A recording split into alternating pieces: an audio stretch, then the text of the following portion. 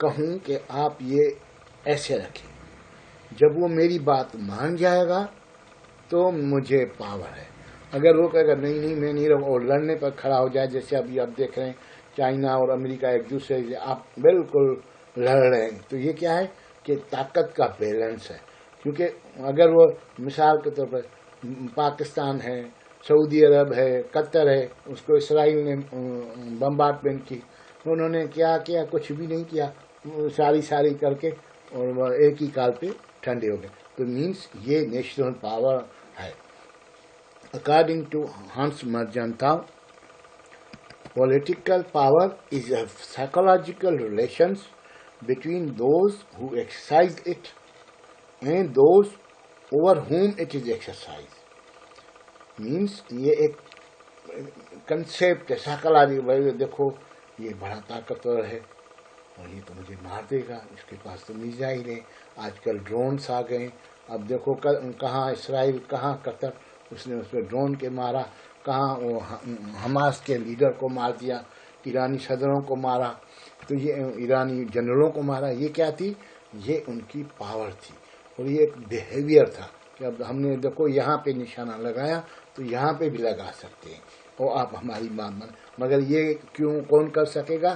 جس کے پاس پاورز کی جو ڈٹرمینیشن ہے، وہ کمبینیشن وہ ہوں گے.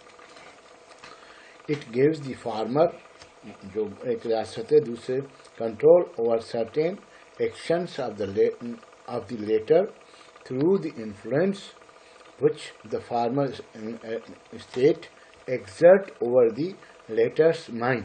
اور یہ مطلب دیکھو نا، یہ ہے سائیکولوجیکل وار ہے.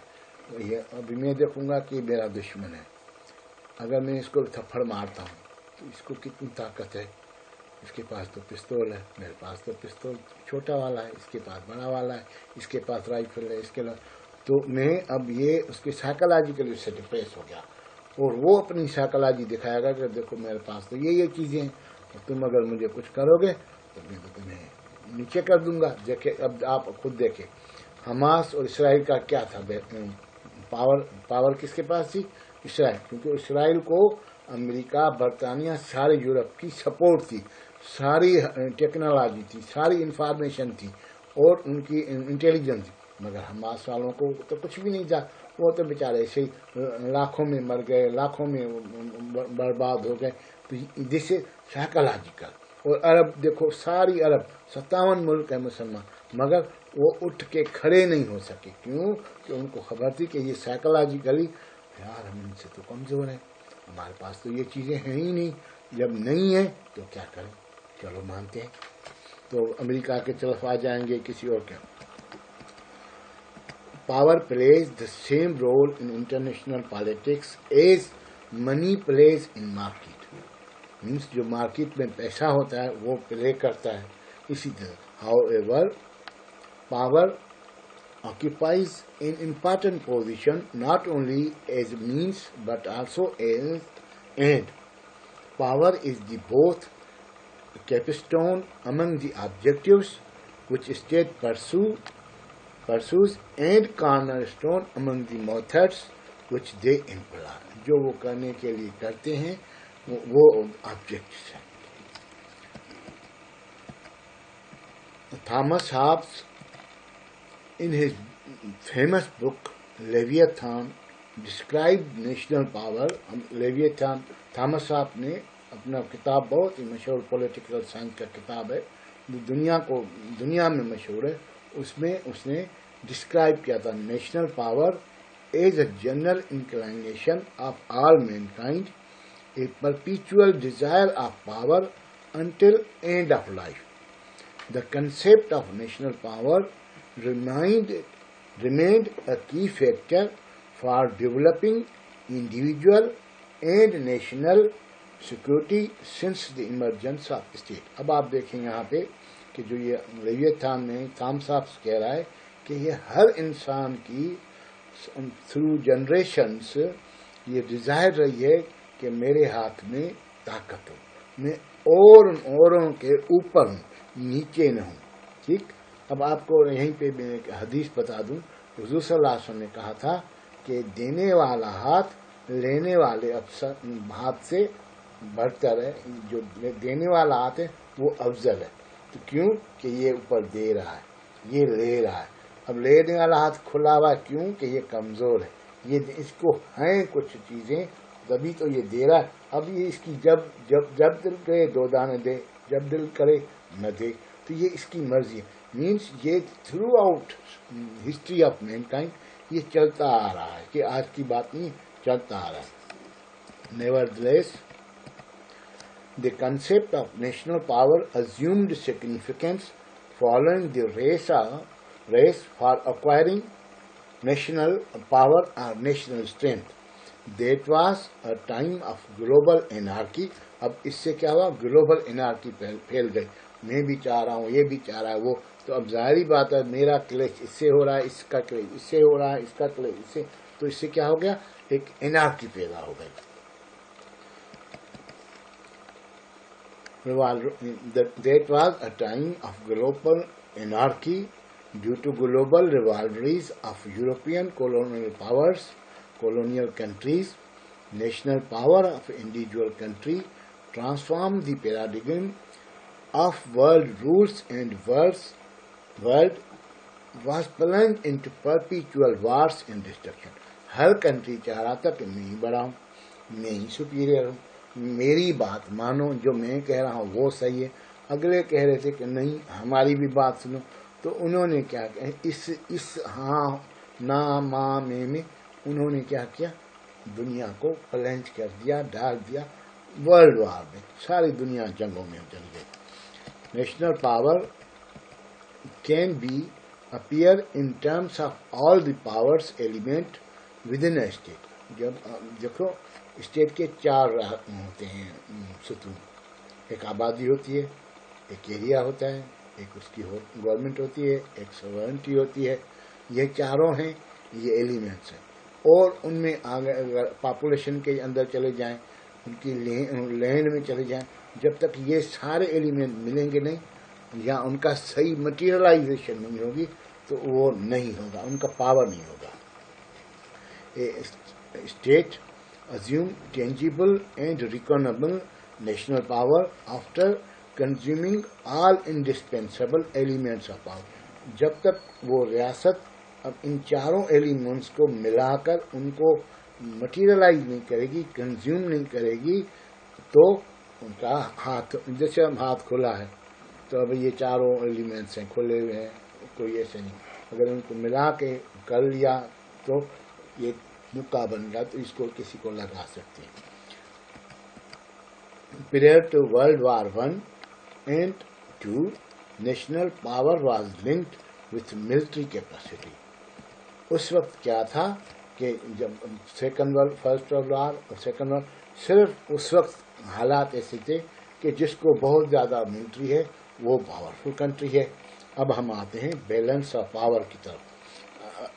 In real terms, the balance of power is dynamic condition of the international system in which the distribution of military, economic, and political power prevents any one actor from achieving total domination, thereby preserving relative stability. Through mutual restraint, competition and adaptation. اب یہ ساری چیزیں مل کر balance of power کی، ایک ریاست یہ ہے، ایک ریاست یہ ہے. اب انہوں نے یہ ساری چیزیں اپنا لیں تو یہ پاورفل ہو گئی. مگر اس نے نہیں اپنائیں یا کم اپنائیں تو اس کا مطلب اس کے پاس کم ہے، اس کے پاس بیلنس آف پاور اس کی طرف جھکا ہوا ہوگا. Balance of power in the international system means a connotation or arrangement in which no single state or alliances is powerful enough to dominate or control the behavior of others, and where power is distributed in such a way that it maintains relative stability through competition, deterrence, alliances. اب یہ ایک balance سمجھیں کہ ایک بہت سارے چیزوں کا مجموعہ ہے. جب یہ ہوگا کہ اس میں یہ دو اسٹیٹس ہیں، اب یہ ایک اسٹیٹ کو یہ ساری چیزیں ہیں، اس کو ہیں، جب تک یہ ساری چیزیں نہیں نکالے گا تو یہ اس کو بیہیویئر کو کنٹرول نہیں کر سکے گا، اور یہ نہ چاہے گا کہ یہ ریاست اور مضبوط ہو، کہ یہ اس کو تھریٹ کرے یا ان کے ساتھیوں کو تھریٹ کرے یا دنیا کو تھریٹ کرے. تو اس لیے یہ بیلنس آف ساری ڈیٹرنس بھی ہوگی، الائنس بھی بنے. ڈیٹرنس کیا کہ دیکھو میرے پاس کیمیکل ویپنس ہیں، نیوکلیر ویپنس ہیں، تمہارے پاس صرف کنونشنل ویپنس ہیں، میرے پاس ڈرونس ہیں، ٹیکنالوجی ہے، میزائلس ہیں، بیلسٹک ہیں. تو کیا ہوگا کہ اگلے کیا ہم اس کو اتنا ہاں اگر وہ بنانا چاہے گا تو ہم اس کو روک کریں گے کہ بھائی نہیں بناؤ. جیسے آپ دیکھیں کہ امریکہ کے پاس ہیں، رشیا کے پاس ہیں، برطانیہ کے پاس ہیں، اسرائیل کے پاس ہیں، مگر ایران کو نہیں بنانے دے رہے ہیں. ایون سعودی عربیہ کو بھی نہیں بنانے دے رہے ہیں، کیونکہ نہیں تم نے بناؤ، ہماری ڈومیننس ہو، اگر تم نے بنا لیے تو ہمارے سامنے آ جاؤ گے، اس لیے ہم آپ کو نہیں الاؤ کریں. تو ان کے پاس طاقت ہے اور ان کو ڈیٹرنس کی وجہ سے نہیں بنانے دے رہے ہیں اور ان کو اچیو نہیں کرنے دے رہے ہیں. In international relations, it is defined as a continuous process. یہ کنٹینیوس پروسیس ہے، یہ کہ ایک دن کا نہیں ہے کہ آج کا ہے کل کا پاورفل کل کا ویک ہو جائے گا. اس continuous process by which one state or group of states try to prevent opposing state or group of states from becoming gradually powerful or dominant in global or regional sphere. It may be through military advancement, making alliances, exerting economic pressures and strategic alignment. اب یہ ان ساری combination کو جب ملائیں گے تو ان میں دیکھیں گے کہ اب اس کو مثال کے طور میں آپ کو بتا دوں کہ دیکھو امریکہ نہیں چاہ رہا ہے کہ چائنا اتنا بڑا ہو جائے کہ اس کو تھریٹ کرے، اسی لیے اس کے انسرکل کر رہا ہے، اس کے اپنے دوست بنا رہا ہے، انڈیا بنا رہا ہے، جاپان بنا دیا، آسٹریلیا بنا، ویریس ریجنل آرگنائزیشن بنائی، اور وہاں پہ چائنا اور رشیا مل کر امریکہ کی ہیجمونی کو بیلنس آف پاور امبیلنس کرنا چاہ رہے ہیں کہ جیسے ہم بالکل ایک ایکولیبرم میں ہوں، نہ امریکہ اوپر جائے نہ ہم نیچے جائیں، برابر ہوں. جیسے امریکہ ہم پر اٹیک نہ کرے، ہم اس پر اٹیک نہ، کیونکہ ہمیں خبر ہے کہ اگر ہم نے اس پر اٹیک کیا تو وہ ہمیں اس کا بدلہ دے گا. In international relations, the notion of balance of power means through shifting alliances and countervailing pressures, no one power or combination of power will be allowed to grow so strong as to threaten the security of it. اب اس system میں، balance of power کے system میں، دیکھو امریکہ نہ چاہے گا کہ کوئی ریاست اتنی طاقتور ہو جائے کہ اوروں کی سیکورٹی کو، اوروں کے پیس کو وہ کمزور کرے. اب آپ نے دیکھا کہ امریکہ نے ایران کا نیوکلیر فیسلٹی کو تباہ کیا، اس لیے کیونکہ وہ نہ چاہ رہا تھا کہ عرب جو دوست ہیں ان کو تھریٹ ملے، اس وجہ سے انہوں نے اس کو، اور اسرائیل کو تھریٹ ملے، یا آگے چل کے جو پرشین گلف ہے، جو عربین سی ہے، انڈین اوشن ہے، وہاں پہ ایران نیوکلیر میزائل لگا کے امریکن یا امریکن الائز کے کو انٹرسٹ کو وہ تھریٹ کر سکے، اس لیے اس کے وہ تباہ کر دیے. اور ہوا کچھ نہیں، کیونکہ ایران اکیلا تھا، اس کے ساتھی جو تھے، رشیا ساتھی تھا، چائنا بھی ساتھی تھا، تو وہ صرف اس کو سپورٹ کر رہے تھے، مگر اتنا آگے نہیں جا رہے تھے کہ وہ ڈائریکٹ کنفرنٹیشن کریں امریکہ سے، کیونکہ ان کو خبر ہے کہ اگر ہم کریں گے تو اس سے نقصان ہوگا، ہمارا بہت بڑا نقصان ہوگا. کہ مثال کے طور پر 10 روپے کی چیز کے لیے 1000 روپے کا نقصان. تو انہوں نے اس کو کہا کہ بھائی ہم آپ کو سپورٹ کریں گے، اکنامک سپورٹ دیں گے، پولیٹیکل آپ پھر بنانا. مگر اب اس وقت یہ کیونکہ رشیا بھی جنگ میں لگا ہوا ہے، چائنا بھی اکنامک ٹریڈ میں آ گیا ہے امریکہ سے اور سارے یورپ سے، تو اس وجہ سے وہ نہیں کر سکتا.